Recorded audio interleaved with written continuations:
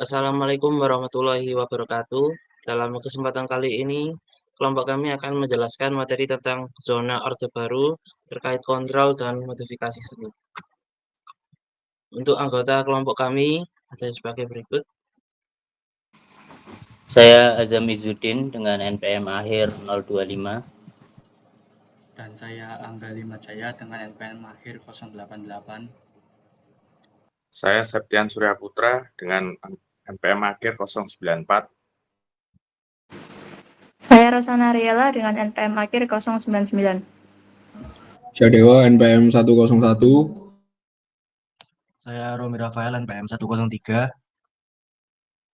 Saya Arya Ganis NPM 107. Saya Muhammad Afrizam NPM 130.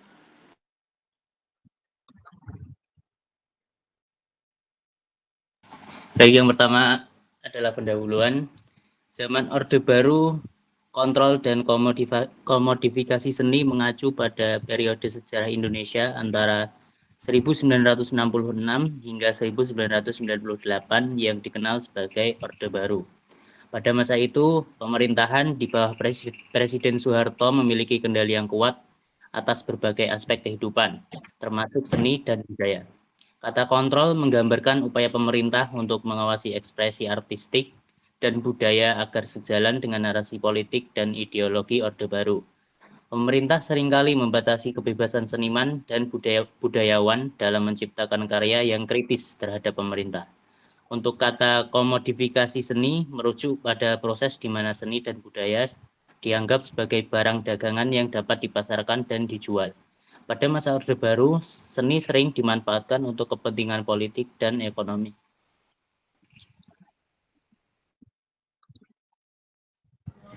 Oke, kita berbicara mengenai kontrol pemerintah. Seperti yang kita tahu, pada tema ini mengangkat pada zaman Orde Baru. Nah, untuk kontrol pemerintah sendiri itu ada banyak contohnya ya. Jadi salah satunya itu adalah karya Manubilis buatan Semsar Siahaan. Nah, sebelum kita tahu karyanya, Semsar Siahaan sendiri ini merupakan seorang aktivis dan juga seorang seniman. Nah, Semsar Siahaan sendiri ini lahir pada tahun 1952 dan wafat pada tahun 2005. Beliau menempuh pendidikan seni di ITB dan beliau juga sebagai seorang aktivis tentunya aktif dalam gerakan sosial yang juga menyuarakan suara-suara rakyat dan juga kritik atau pemikiran rakyat yang ada pada zaman itu. Tentunya juga sebagai seorang seniman dan juga seorang aktivis, beliau menggabungkan keduanya, yaitu karya-karyanya dia sebagai seniman itu digunakan untuk mengangkat isu-isu yang ada pada masa itu. Salah satunya adalah karya ini, yaitu karya Manubilis. Nah, di sini karya ini memiliki makna, yaitu pejabat negara yang seolah tampak mengayomi rakyat, tapi nyatanya menjadi penjahat yang menindas rakyatnya, terutama untuk kaum lemah. Nah, di sini kita akan bahas sedikit mengenai petanda-petandanya, yaitu yang pertama, kalimat pejabat sendiri itu dilambangkan dengan jas yang digunakan oleh sosok pria ini. Lalu penjahat itu digambarkan oleh ini kan ada kayak kepala manusia tapi nggak normal gitu, dimana di sini hidung dan telinganya tampak seolah seperti hewan babi gitu ya. Jadi ini menggambarkan bahwasannya pejabat yang berlabel menggunakan jas yang harusnya mengayomi rakyat itu malah menjadi penjahat utama bagi rakyatnya, yaitu menindas rakyat yang lemah.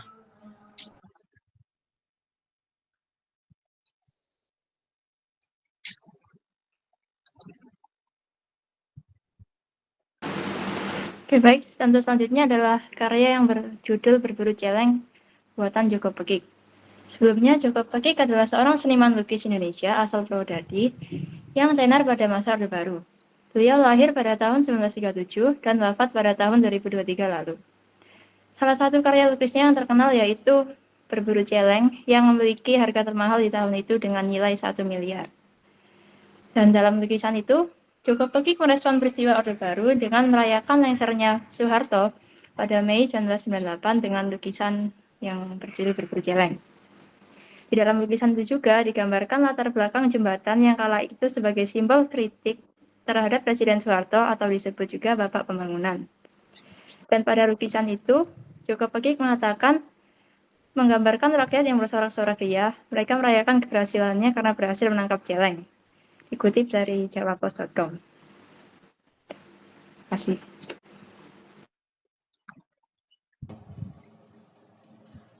Kemudian ada komodifikasi seni. Seiring berjalannya waktu, industri seni rupa tumbuh sesuai dengan perkembangan sosial, budaya, ekonomi, dan politik yang terjadi. Secara singkat, industri seni rupa di Indonesia sempat menjadi sorotan mata dunia ketika pada era Orde Baru pada tahun 1966 sampai 1998. Beberapa pameran bertaraf internasional berhasil diselenggarakan di Indonesia, dan pemerintah memiliki peran dan kontribusi besar bagi terselenggaranya acara bergengsi tersebut. Sejarah mencatatkan bahwa krisis ekonomi di penghujung tahun era Orde Baru melemahkan kendali industri seni rupa di Indonesia, namun justru mengangkat karya-karya seni rupa di titik tertinggi. Hal tersebut terjadi karena inflasi memaksa para pemilik modal menjadikan seni rupa, khususnya lukisan, menjadi aset dan investasi potensial. Dan yang sebelah kanan adalah contohnya, yaitu lukisan Balinese Beauty karya Basuki Abdullah yang terjual di tempat pelelangan Christie di Singapura pada tahun 1996.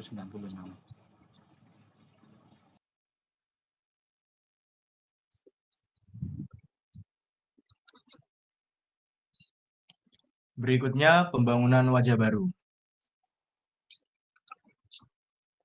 Pada masa Orde Baru di Indonesia, yang berlangsung dari tahun 1966 sampai 1998, pemerintahannya yang otoriter dan terpusat di sekitar Presiden Soeharto sangat menekankan pembangunan ekonomi dan stabilitas politik.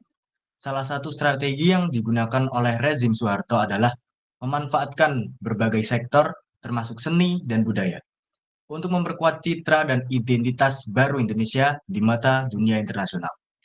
Pemerintah Orde Baru menggagas konsep pembangunan wajah baru Indonesia sebagai bagian dari upaya mereka untuk memperbaiki citra Indonesia di mata dunia. Ini mencakup promosi budaya Indonesia, termasuk seni tradisional, musik tari, dan kerajinan sebagai bagian dari upaya diplomasi budaya.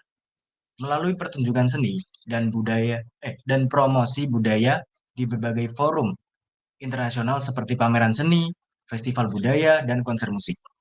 Pemerintah Orde Baru berusaha membangun citra Indonesia sebagai negara kaya akan warisan budaya dan masyarakat yang damai serta harmonis. Namun, di balik upaya tersebut, terdapat juga kenyataan bahwa rezim Orde Baru melakukan berbagai tindakan otoriter untuk menutupi realitas sosial politik yang terjadi dalam negeri. Ada pembatasan terhadap kebebasan berekspresi, sensor terhadap media, penangkapan terhadap aktivis politik, serta pelanggaran hak asasi manusia.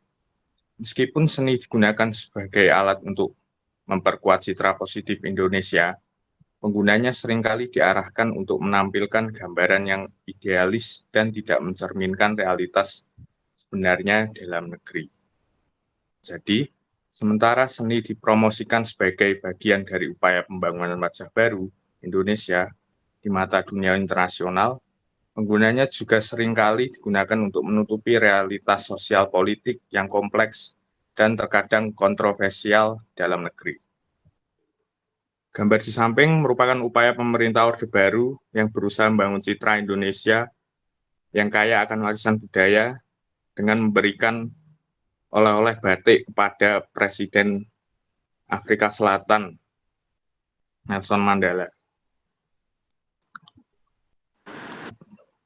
Kesimpulan, pada masa Orde Baru di Indonesia pada tahun 1966 sampai dengan 1998, pemerintah sangat mengontrol seni dan budaya untuk membangun citra dan identitas nasional yang positif di mata dunia.